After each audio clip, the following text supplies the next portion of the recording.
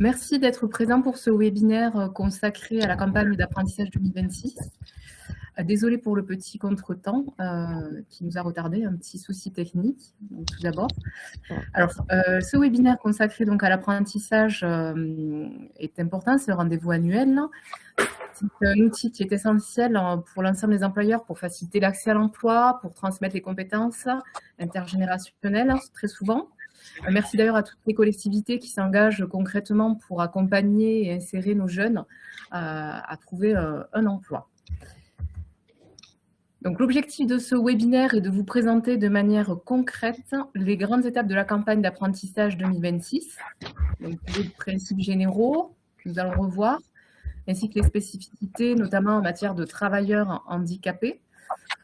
Et puis, le sujet attendu, donc le déroulement de la campagne apprentissage avec ses spécificités, donc le public éligible, le calendrier, les modalités de financement et les accompagnements qui sont proposés.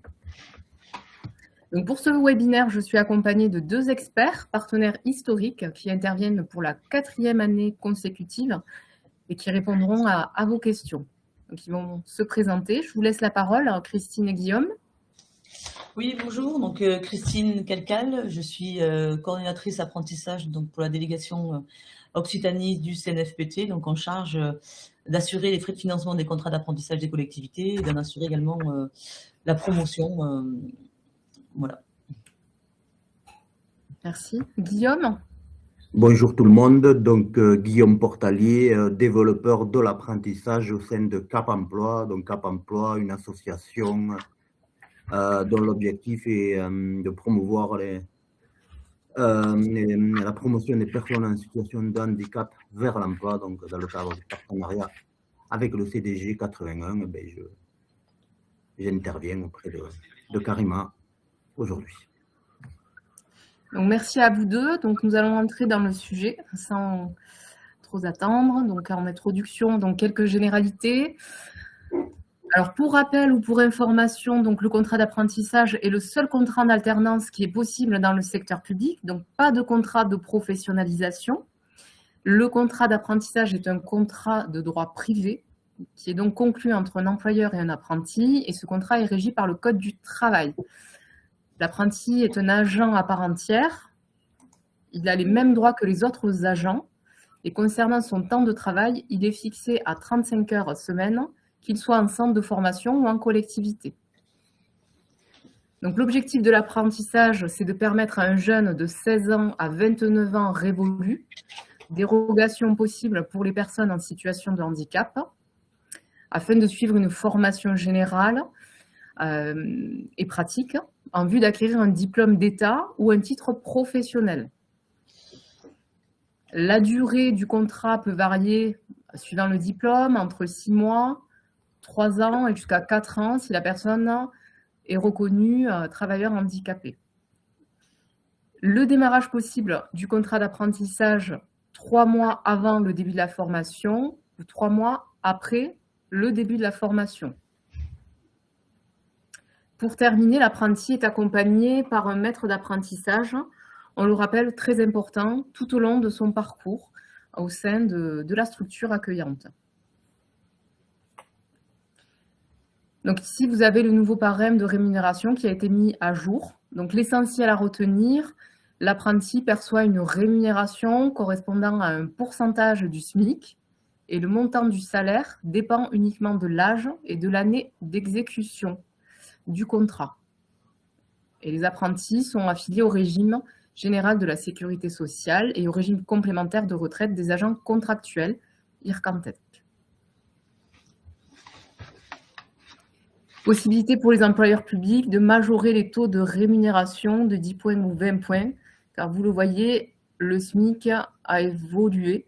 Il est à hauteur de 1823 € brut. Et par exemple, un adjoint technique de premier grade, échelon 6, son traitement brut est de 1826 €. Donc voilà, c'est un exemple concret pour démontrer qu'il y a un delta entre le SMIC actuel et le traitement brut de nos agents territoriaux sur un premier grade. quelle que soit la filière. Alors ici, donc pour rappel, en cas de rupture, il peut y avoir rupture d'un contrat d'apprentissage.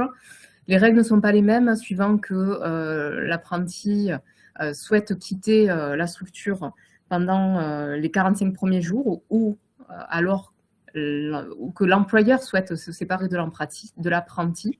Donc la rupture, elle est possible à votre initiative par écrit, tout simplement. Il suffira d'informer le CFA, bien entendu, et de le notifier par écrit. Après les 45 premiers jours, il y a 3 possibilités de rupture. La rupture d'un commun accord, la rupture qui est possible côté apprenti si il venait à obtenir son diplôme et qu'il ne souhaitait pas aller au bout de son contrat. Cela est possible. En revanche, il se doit d'informer son employeur 1 mois avant la fin de la date du contrat. Et possibilité aussi de saisir le médiateur désigné par un employeur, public s'il souhaitait rompre le contrat de travail. Alors, dans la slide suivante, vous avez ici le formalisme. Donc, l'employeur complétera ce formulaire de résiliation, cochera la case qui correspond au motif de la rupture, donc rupture pendant les 45 premiers jours ou rupture après les 45 premiers jours de contrat, de le notifier donc au CFA, au directeur du CFA et à l'organisme qui a enregistré le contrat d'apprentissage, autrement dit la DRETS Occitanie. Ne pas oublier de le renseigner également via la plateforme IEL, tout simplement, en signalant la rupture ici, donc sur votre compte IEL.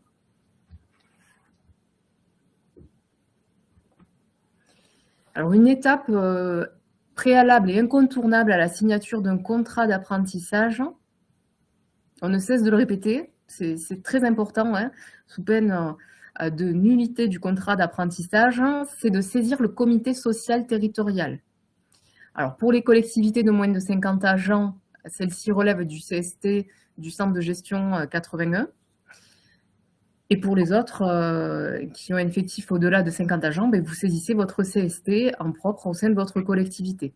Donc, le but, c'est de recueillir un avis afin de pouvoir prendre une délibération pour recruter un apprenti. Alors, pour les collectivités rattachées à notre centre de gestion, donc je vous ai mis le calendrier de l'agenda social. Donc, la date limite de réception des saisines est le vendredi 24 avril et la réunion CST aura lieu le jeudi 28 mai. Pour toutes les collectivités, vous avez accès sur le site web du centre de gestion à la base documentaire et dans la rubrique Instance et dialogue social, vous y trouverez des modèles de délibération par exemple, et le formulaire de saisine. Si vous avez des questions, n'hésitez pas à appeler le service des instances. Donc mes collègues, vous avez les coordonnées téléphoniques et mail dans cette slide.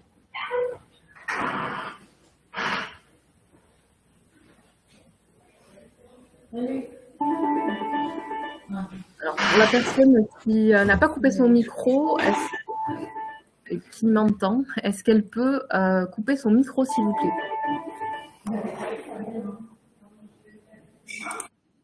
Alors, nous arrivons, alors nous sommes toujours dans la première partie, donc nous allons faire un focus sur le recrutement des apprentis en situation de handicap.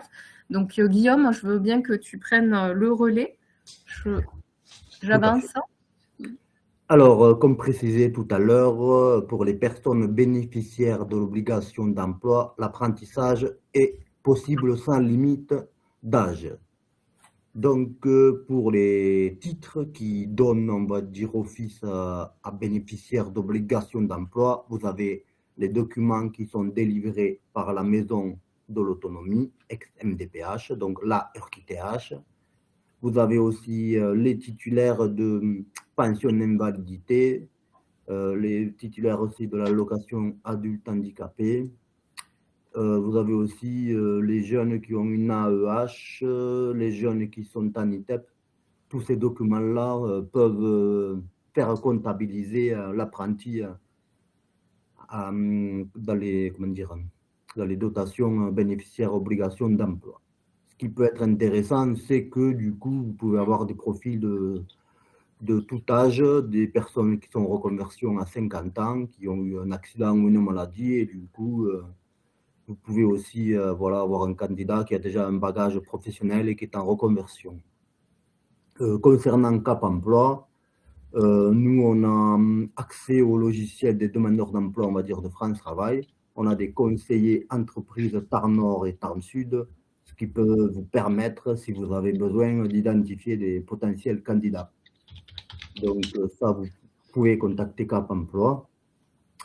Concernant les aménagements de l'apprentissage pour les personnes en situation de handicap, ils peuvent être organisationnels sur le temps de formation ou au CFA. Le contrat peut être, on va dire, rallongé jusqu'à 4 ans. Après, il peut y avoir des aménagements techniques et matériels. Il y a aussi des prestations. Nous, à Cap Emploi, on parle d'appui spécifique, c'est-à-dire qu'on vient faire une étude du poste de travail et on vous propose un éclairage et des aménagements avec du matériel bien identifié. Comme ça, après, vous pouvez monter un dossier auprès du FIP.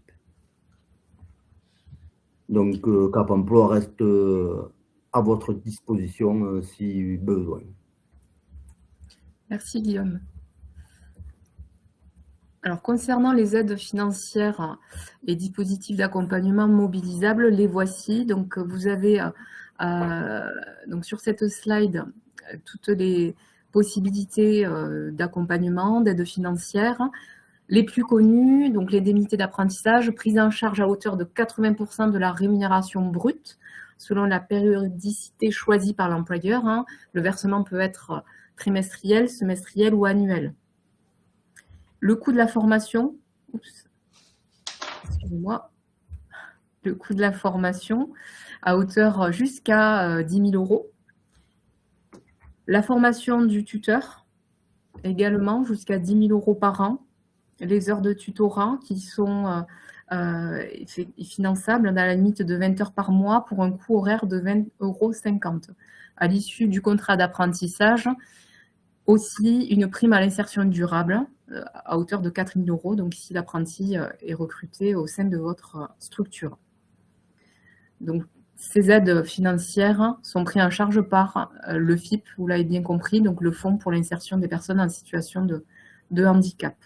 Vous avez le détail des interventions du FIP au travers donc, du catalogue des interventions du FIP qui a été mis à jour pour cette année 2026. Vous avez un lien hypertexte en cliquant sur l'icône FIP, ici, qui vous permettra d'accéder directement au catalogue.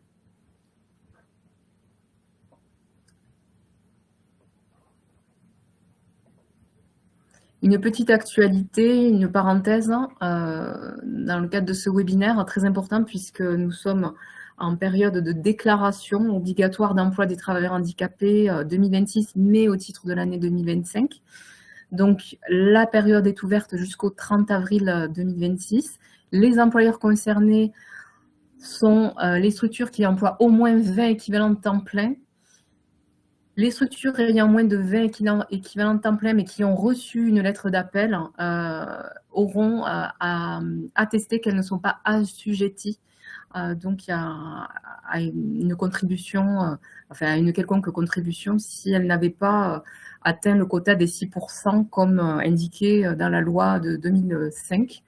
Alors, comment effectuer cette déclaration annuelle? Tout simplement en vous connectant sur la plateforme PEPS. Donc, vous avez également un lien hypertexte pour vous rendre sur cette plateforme et pour vous aider dans la saisie, pour effectuer votre déclaration, vous pouvez également cliquer sur le lien effectuer sa déclaration auprès du FIP. Si vous avez un souci quelconque, vous pouvez aussi contacter le service en question, donc via ce numéro de téléphone qui est affiché sur cette slide.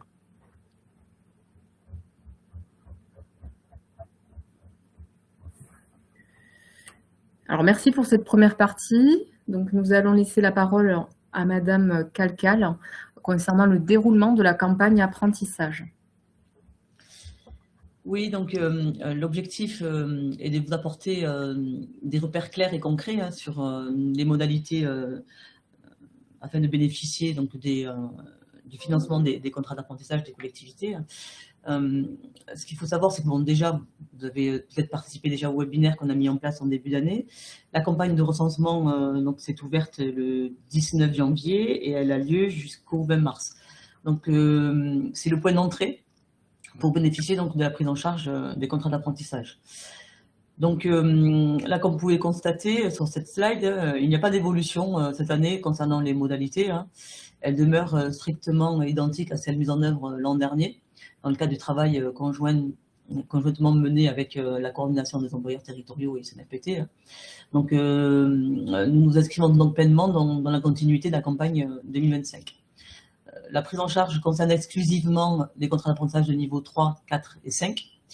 Les niveaux 6 et 7, donc licence et master, demeurent exclus du dispositif, comme l'an dernier, pour les mêmes raisons. Hein. La plus-value des formations en apprentissage se trouve sur des niveaux de qualification du CAP à BTS. À 6 mois, l'insertion est de 65% contre 41% pour les autres modalités de formation. De plus, l'éventail des métiers territoriaux est très majoritairement orienté vers des tâches d'exécution ou de premier niveau d'encadrement, c'est-à-dire catégorie C et B, qui correspondent au niveau de qualification 3, 4 et 5. Et les formations de niveau supérieur sont beaucoup plus coûteuses. Hein. Donc, et on s'est aperçu qu'il y avait un réenchérissement des coûts de formation demandés par les CFA, pratiquement plus de 20% depuis entre 2021 et 2023. Donc, par ailleurs, en l'absence de participation financière de l'État et de France Compétences, hein, dorénavant, seule la cotisation additionnelle de 0,1% affectée au budget annexe apprentissage permettra d'assurer le financement de la nouvelle cohorte d'apprentis. Alors, il y a eu un amendement qui a été adopté au Sénat en décembre, demandant une dotation supplémentaire de 15 millions d'euros. Ça a été adopté. Par contre, le gouvernement l'a retoqué. Donc, sur la PLF 2026, n'apparaît pas cet amendement. Donc, cette cotisation permet donc de financer environ 5000 contrats d'apprentissage au niveau national. Concrètement, si le nombre d'intentions de recrutement venait à dépasser le budget disponible pour 2026, c'est souvent le cas. Hein. L'an dernier, je pense qu'on avait 18 000 intentions de recrutement. Donc le delta, il est important, entre 18 000 et 5 000 possibilités de financement. Donc on a mis en place un taux de régulation qu'ils appellent, hein, permettant en fait d'ajuster en fonction du nombre de TP des collectivités de manière équitable la répartition des enveloppes. Donc on peut passer à la slide suivante. Donc cette slide vous permet de visualiser les grandes étapes du dispositif, hein, ainsi que le calendrier des démarches avec les principales échéances à retenir. Je reviendrai d'ailleurs sur les slides précédentes sur chaque étape. Hein. La première concerne donc le recensement, hein, dont j'ai parlé en préambule, qui a démarré hein, donc, du 19 janvier au 20 mars. L'accès est sur la plateforme IEL, hein, que vous avez l'habitude d'utiliser pour la formation de vos agents. Et vous avez un onglet donc apprentissage qui vous amène directement sur notre applicatif apprentissage, dans lequel vous avez plusieurs onglets, notamment le recensement. La deuxième étape porte sur l'attribution des allocations qui intervient courant avril, donc à la suite au résultat du recensement, hein, qui interviendra donc mi-avril, notifié par courriel et visible également sur votre tableau de bord de la collectivité, parce qu'on s'est aperçu qu'il y a beaucoup de collectivités qui n'avaient pas reçu. Alors ça, c'est le siège qui fait partir des courriels de masse, et il y a souvent des sécurités qui sont mises en place par les collectivités hein, en termes de cybersécurité, et il y a des collectivités qui ne reçoivent pas ces mails. Donc sachez que voilà, c'est des échéances qu'il faut retenir. Vous pouvez vous rendre sur votre applicatif, sur votre tableau de bord, et vous apercevoir que vous avez obtenu donc des allocations vous permettant après de déposer donc des demandes d'accord préalables qui sont obligatoires. Toutes ces étapes-là sont obligatoires de toute façon, hein, qui vous permettra ensuite une fois que vous avez eu votre allocation, de déposer votre demande d'accord préalable dans les 3 mois précédant le début d'exécution du contrat. Donc à déposer par la collectivité sur la plateforme, sachant que la plupart des contrats démarrent en septembre-octobre, donc dès le mois de juin-juillet, vous avez la possibilité donc de déposer ces demandes d'accord préalables. Donc la slide prochaine, voilà. Donc c'est la partie recensement. Je rappelle qu'il s'agit d'une étape obligatoire. Toute dérogation seront refusées, hein. C'est le cas depuis 2 ans. Seuls les employeurs publics ayant participé pourront bénéficier d'au moins un contrat. Donc toutes les collectivités qui ont un contrat se verra garantir en fait le financement de ce contrat. Au-delà, c'est le fameux coefficient d'ajustement qui sera mis en place en fonction donc, de votre ETP. Donc, il est donc indispensable de renseigner tous les champs demandés. De toute façon, vous avez la catégorie, par exemple, la première, c'est le métier en tension, qu'on appelle catégorie cible, hein, qui correspond donc au diplôme repéré à partir du référentiel. Ce référentiel, il est disponible sur le site, sur notre page locale également. Donc, c'est un référentiel qui correspond à peu près à 37 métiers en tension, comme 37 catégories cibles en tension. Et après, vous avez plusieurs diplômes qui sont rattachés donc, à ces catégories cibles. Donc, le nombre de contrats d'apprentissage qui démarre en 2026 pour chacun des métiers ciblés. Le nombre d'équivalents temps plein inscrits au tableau des emplois permanents. Donc, n'oubliez pas cette étape. Essayez d'être plus juste, hein, parce que j'ai souvent il y a souvent des erreurs où si vous n'indiquez pas ce nombre, s'il y a 1 ou 0, vu qu'il y a un coefficient d'ajustement, vous risquez de ne pas avoir d'allocation. Donc ça, c'est important parce que ça permettra justement d'identifier après. Moi, de toute façon, je relance les collectivités. Quand je vois qu'il y a des anomalies, je relance les collectivités. Comme également sur le nombre de contrats, j'ai une collectivité qui avait mis 2500 sur le nombre de contrats. Et donc, j'ai les modifiés manuellement. Donc, de temps en temps, je regarde s'il n'y a pas des anomalies ou je vous relance si j'en constate. Donc, c'est l'occasion également de mettre à jour vos comptes de connexion sur IEL. Souvent, alors, je conseille quand même de mettre des adresses génériques, puisque quand il y a des remplacements sur des postes RH ou voilà, sur des postes administratifs, il y a des fois des turnovers. Hein, et du coup, les informations n'arrivent pas aux collectivités. Donc, et nous, on n'a pas le moyen on n'a pas la main pour modifier votre fiche. C'est à vous en fait de le faire et autant que faire se peut, utiliser une adresse générique pour éviter après quand il y a un changement de personnes, de ne pas recevoir l'année prochaine des informations, notamment sur la campagne d'ouverture, sur les webinaires qu'on met en place, toutes les informations qui sont liées donc à l'apprentissage. Donc la slide, merci.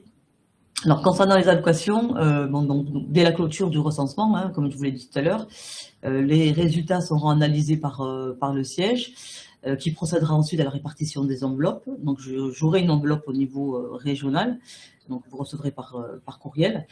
Là, la copie de l'écran que vous avez ici correspond à votre tableau de bord, qui vous offre une vision globale de votre situation. Concrètement, ce tableau vous permet de connaître le nombre d'accords préalables, le nombre de contrats recensés, ainsi que le montant de l'enveloppe attribuée, le nombre de contrats qui sera attribué. Je parle d'enveloppe parce que c'est aussi peut-être pas mis en place cette année, mais peut-être que c'est des orientations prochaines, où peut-être on attribuera une enveloppe d'un montant et la collectivité aura le choix de prioriser ces formations en fonction du montant qu'on aura, du montant de l'enveloppe. Ça, c'est des orientations, mais qui seront peut-être mises en place l'année prochaine. Hein. C'est pour ça que là, j'ai parlé de montant. On était sur un groupe de travail hier. Donc, mais pour le moment, voilà, c'est le nombre de contrats, le nombre d'allocations qui vous permettra donc de déposer vos demandes d'accord préalables. Voilà, concernant les allocations. Donc, slide prochaine, s'il vous plaît. Donc, les accords préalables doivent être déposés dans les 3 mois. Hein. La majorité des contrats, comme je vous l'ai dit, démarrent en septembre. Donc, dès le mois de juin, il est possible de déposer les demandes d'accords préalables. Alors, pour les formations qui ont démarré en début d'année, c'est souvent le cas pour les formations dans le social, elles doivent impérativement être intégrées au recensement. afin d'être comptabilisé. Et une fois l'enveloppe notifiée, il est alors possible de déposer donc, une demande d'APF à titre dérogatoire, puisqu'on n'est pas dans les 3 mois avant, à titre dérogatoire, même si le contrat a été signé. Cette dérogation est accordée uniquement car le délai réglementaire de 3 mois en amont ne pouvait pas être respecté. Donc la collectivité doit obligatoirement renseigner donc, les éléments suivants: le code RNCP, fourni par l'organisme de formation de la convention ou le devis qu'on vous transmet, la catégorie cible qui correspond au métier en tension, la durée du contrat qui va déterminer justement le montant de la prise en charge du CNFPT et le mois de démarrage du contrat. Sachez que des fois, j'ai souvent des appels, une fois que vous obtenez votre demande d'accord préalable, j'ai l'organisme de formation qui m'appelle en disant oui, mais ça ne correspond pas à l'accord préalable de financement. À savoir que nous appliquons la règle du prorata. Étant donné que nous finançons à la durée d'exécution du contrat, si vous déposez un contrat en me demandant, voilà, si par exemple le contrat démarre en septembre, mais finalement il démarre en octobre, ben, le mois de septembre ne sera pas pris en compte. Même si sur l'APF, on a estimé voilà, c'est une demande d'accord préalable, c'est un prévisionnel. Donc nous, on s'arrête après au niveau du financement. Il intervient quand le CFA dépose sur la plateforme la demande de financement. Et là, on a le contrat, on a la date début d'exécution du contrat qui fait foi. On ne se repose pas sur l'accord préalable. L'accord préalable, c'est vraiment un prévisionnel. Donc s'il y a une delta, c'est normal. On prend en compte la durée d'exécution du contrat, c'est sur ça qu'on s'appuie. Donc sur la caducité également, les points de vigilance, donc la création d'APF est possible uniquement si la collectivité a effectué le recensement. Vous n'avez pas accès de toute façon à cet onglet puisque vous n'avez pas participé donc, au recensement. La création donc, de l'APF se fait avant la signature du contrat, autant que faire se peut. Le nombre d'APF demandés ne peut excéder le nombre de contrats alloués, et ça c'est normal, de toute façon vous serez bloqué. La demande d'APF doit être cohérente avec les éléments transmis lors du recensement. Donc si vous, par exemple, vous me demandez lors du recensement, même si on a demandé une souplesse, mais ça a été refusé par le siège, si par exemple vous demandez un CAP petite enfance, ou éducation à l'enfance, et que lors de l'APF vous me demandez un CAP dans les services techniques, agent d'entretien, il y a vraiment une incohérence. Donc ça sera refusé. Alors j'essaye de moins refuser. Alors il y a un batch en fait tous les jours en fait à minuit. Quand il y a une cohérence, il y a une validation qui se fait automatiquement. Quand il y a une incohérence, ça reste en statut déposé. Donc c'est moi qui dois intervenir ou demander en fait une demande de dérogation au siège pour l'APF. Des fois j'ai des restructurations de services qui font que la priorisation entre la demande d'APF, entre le recensement qui s'est opéré en début d'année et la demande d'APF qui arrive plutôt au mois de juin, il y a quand même 4-5 mois de différence.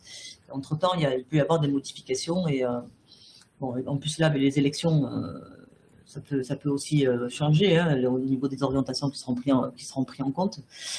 Donc essayez d'être au plus proche de votre recensement. Ensuite, l'APF devient caduque un mois après le démarrage du contrat et le CFA doit déposer sa demande de financement. Il a un mois après le démarrage du contrat. Donc c'est vrai que moi je reporte à chaque fois la caducité parce que c'est quand même assez contraignant déjà pour les CFA qui font leur rentrée la plupart du temps en septembre-octobre. Le temps de déposer en fait la demande de financement, sa demande un peu plus d'un mois, donc à chaque fois je reporte pour éviter que l'APF devienne caduque. Après on a des contrats où en décembre on n'a toujours pas en fait la demande de financement. Donc manuellement je reporte la caducité. La deadline après c'est le 31 janvier de l'année N+1. Là par exemple en 2026, on a eu encore des demandes de financement qui ont été déposées par les CFA alors que le contrat a démarré en septembre. Donc, en Occitanie, je suis assez souple sur ce dispositif, sur ces échéances. Mais c'est à vous, en fait, de relancer également les CFA. Et là, on verra sur les slides prochaines comment vous avez cette possibilité-là. Sur votre tableau de bord, vous avez un visuel de toute façon, qui vous permet de voir si le CFA a déposé ou pas la demande de financement. Donc, on peut passer sur la slide suivante. Voilà, c'est sur les demandes de financement dont je vous ai parlé, c'est ça. Vous avez là une vision en fait du tableau de bord. Donc quand vous avez votre APF, vous avez le code RNCP, le libellé, la durée, le montant que ça représente en termes de prise en charge, donc le statut accordé, le numéro d'accord préalable qui a été validé, et à côté c'est l'APC, c'est l'accord de prise en charge. C'est suite en fait à la demande de financement que le CFA a déposé, qui sont instruits par nos services. Quand c'est validé, vous avez un FI qui apparaît, donc la demande qui est déposée est accordée, et quand elle n'est pas déposée, il y a un vide, et ce qui prouve que le CFA n'a pas déposé sa demande de financement. Et voilà, c'est le financement des frais de formation dépend de beaucoup d'étapes, mais dépend notamment, la première étape, c'est le recensement, l'APF, la cohérence entre l'APF et le recensement. Et après, au final, c'est la demande de financement qui fait foi. Si le CFA ne va pas au bout de la démarche, ne dépose pas la demande de financement, on ne peut pas instruire et on ne peut pas financer le CFA. Donc même si vous participez au recensement, que vous avez bien fait votre APF avec la cohérence dont je vous ai parlé tout à l'heure, si le CFA ne va pas au bout, le financement n'aboutit pas. Donc soyez vigilants par rapport à ça, même si en Occitanie, je relance. De toute façon, vous avez des alertes, hein, vous avez jusqu'à 3 mails de relance, vous alertant justement de la caducité de votre APF, ce qui vous donne voilà, un signal, et vous avez la possibilité de voir cette absence sur votre tableau de bord. Donc on peut passer à la slide suivante. Donc là, on revient sur tout le processus, hein, donc recensement des besoins, l'allocation qui est fait par le CNFPT, la demande d'accord préalable qui doit être déposée par la collectivité, donc l'enregistrement du contrat. Alors il y a souvent des collectivités qui m'envoient des contrats d'apprentissage, des conventions, parce que dans le privé, les OPCO enregistrent les contrats à la place de l'employeur. Nous, ce n'est pas le cas. On n'est pas un OPCO, un établissement public avec cette compétence, certes, mais c'est toujours l'adresse qui enregistre les contrats d'apprentissage des collectivités territoriales. Donc, ils ont mis en place une plateforme qui s'appelle Celia, donc ça peut se faire directement de manière numérique, hein, par Celia, où vous avez la possibilité d'envoyer votre convention et le contrat d'apprentissage par mail ou par courrier, mais majoritairement, 90% des contrats sont enregistrés via la plateforme Celia. Donc, mais avant de l'enregistrer, bien sûr, il faut signer au préalable le contrat d'apprentissage avec le CFA et l'apprenti, s'il est mineur avec les représentants légaux, signer la convention avec l'organisme de formation, et dans la convention doit être inclus le numéro d'APF. Ce sont des conditions de cohérence quand on reçoit, en fait, quand on instruit ces demandes, on regarde en fait si le numéro d'accord préalable est bien indiqué sur la convention. De toute façon, on fait des webinaires auprès des CFA où on indique bien sûr, on a fait des webinaires en début d'année pour rappeler les modalités et pour leur rappeler que sur la convention doit obligatoirement être indiqué le numéro d'APF. Donc, une fois que l'enregistrement est fait, la demande de financement, on ne va pas attendre que l'enregistrement soit fait parce que les délais sont quand même assez longs, des fois à l'adresse. Donc, une fois que la convention et le contrat est signé, le CFA aura la possibilité donc, de déposer sa demande de financement pour après recevoir un accord de prise en charge que vous avez la possibilité de visualiser, de télécharger sur la plateforme. Et là, vous avez en fait toutes les échéances, le montant de la prise en charge et toutes les échéances auxquelles le CNFPT s'engage à terme échu à payer et à terme. Oui, alors on a modifié nos. Ça va beaucoup plus vite. Hein. Avec Grand Angle, on a automatisé en fait les paiements. Donc à chaque échéance à terme échu, il y a des liquidations qui se font directement. Et après, chaque trimestre, chaque semestre, pour les échéances de solde, on demande un service fait hein, pour s'assurer que le contrat est bien terminé et que la formation a bien eu lieu. Donc là, c'est un service fait qui est envoyé donc, au CFA, qui doit signer, qui doit nous renvoyer. À partir du moment où on reçoit le service fait, il y a des paiements qui se font massivement sur les liquidations de solde également. Et toutes les échéances intermédiaires, ce sont des virements automatiques.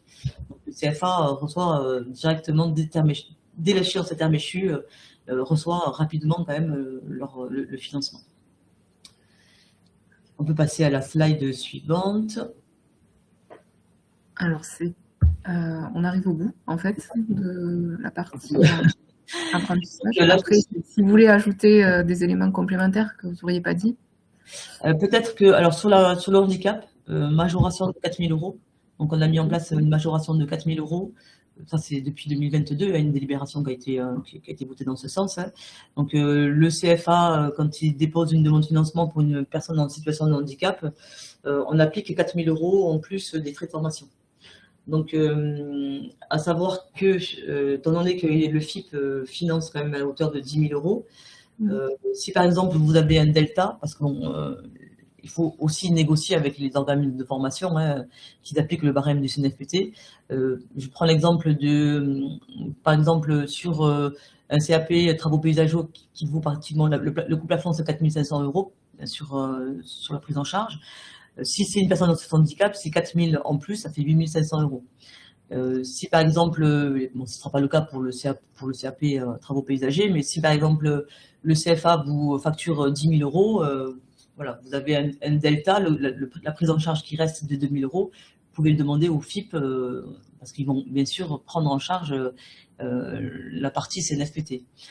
Par contre, si vous avez beaucoup d'apprentis et que vous avez 4 apprentis, que vous avez 3 allocations, moi je préférerais que vous financiez l'apprenti en situation de handicap par le FIP pour pouvoir bénéficier, voilà, pour pouvoir assurer le financement des 3 autres contrats par le CNFPT. Voilà, c'est des petites astuces qui vous permettent justement de financer tous vos contrats d'apprentissage. Ensuite, sur le financement, donc sur le budget, en fait, quand vous recrutez un apprenti, donc vous avez vu la répartition en fonction du SMIC, prenez en compte la NBI également du maître d'apprentissage, qui est de 20 points. Qu'il faut considérer sur votre budget quand vous recrutez un apprenti. Et bien entendu, il y a les formations de maître d'apprentissage qui sont disponibles sur notre site pour accompagner donc, vos tuteurs sur l'accompagnement auprès des apprentis qui étaient maillons indispensables pour la réussite de son parcours de formation. Donc voilà, nous arrivons au terme de ma présentation. Hein, donc si vous avez des questions. Donc on y arrive. Hein. Alors juste peut-être avant le temps d'échange sur les questions. Donc pour terminer, donc des interventions personnalisées du centre de gestion, comme chaque année hein, pendant la campagne apprentissage. Donc, soutien aux procédures administratives, on l'a vu hein, en matière juridique, hein, notamment auprès des instances. Donc on peut effectivement vous accompagner sur ces procédures. Un soutien aux demandes d'aide du FIP également. Hein, nous avons une référente handicap au sein du centre de gestion. En matière de recrutement, donc c'est vous accompagner à rechercher un centre de formation si jamais l'apprenti a besoin voilà, d'être accompagné. Et vous aussi, n'hésitez pas à nous contacter pour trouver le centre de formation. Et la possibilité de mobiliser également le réseau pour l'emploi, vous l'avez entendu, donc France Travail, les missions locales d'insertion, Cap Emploi, également pour identifier effectivement l'apprenti qui serait voilà, le plus à même de répondre à vos attentes. Donc merci pour votre participation. Donc on va passer aux questions si effectivement vous avez encore des interrogations à ce sujet. Donc je sais que dans le chat, certaines personnes ont déjà posé leurs questions. Donc des réponses ont été apportées, mais si les réponses ne sont pas assez claires, vous pouvez ouvrir votre micro et nous poser voilà, vos questions. On vous écoute.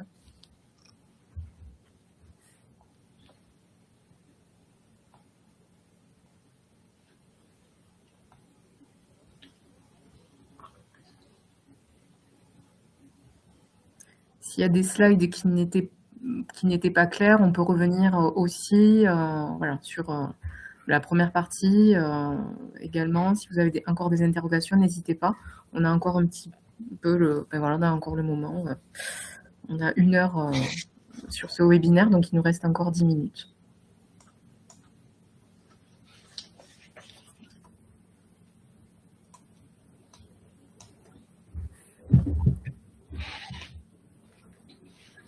Alors, je peux peut-être intervenir sur l'article 65 du projet de loi de finances 2026.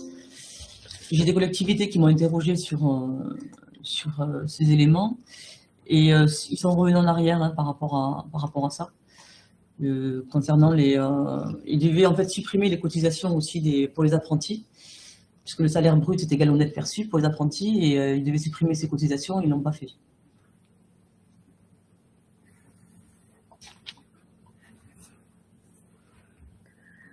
Alors dans le chat, par rapport à la question là, sur effectivement la périodicité de versement trimestriel, donc ma collègue vous a mis le lien qui vous redirige vers le catalogue des interventions du FIP. Voilà, donc si vous voulez télécharger le support, vous pouvez le faire immédiatement.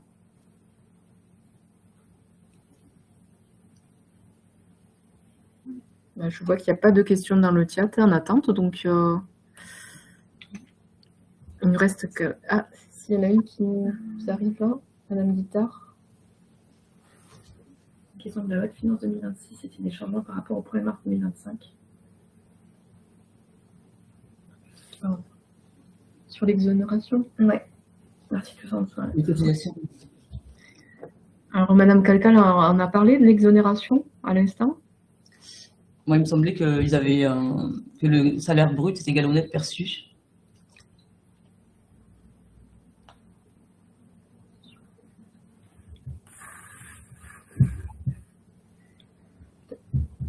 Madame Guittard, peut-être est-ce que vous pourriez repréciser votre question pour que Madame Calcal puisse éventuellement vous répondre?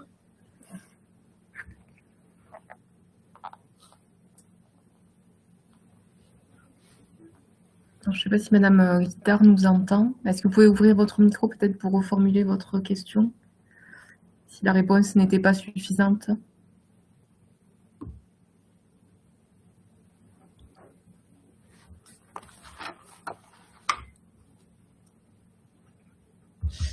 Alors moi, j'ai pu lire en fait que les employeurs du secteur public sont en revanche éligibles à l'exonération spécifique des cotisations et contributions sociales dues par les employeurs d'apprentis. Et après, pour les apprentis, il y avait la possibilité de supprimer en fait les cotisations. Et apparemment, c'est plus le cas. C'est ce que j'ai pu lire en fait dans votre remarque.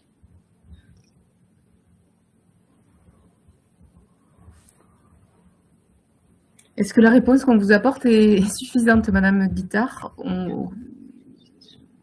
Sinon, on reviendra vers vous. Juste savoir s'il y avait eu des changements. En fait, la demande, c'est de savoir s'il y avait des changements par rapport au 1er mars 2025. Avant, c'était 79% de cotisation. Et depuis le 1er mars 2025, oui. 50%. D'accord, oui, c'est bien ça, c'est bien 50%.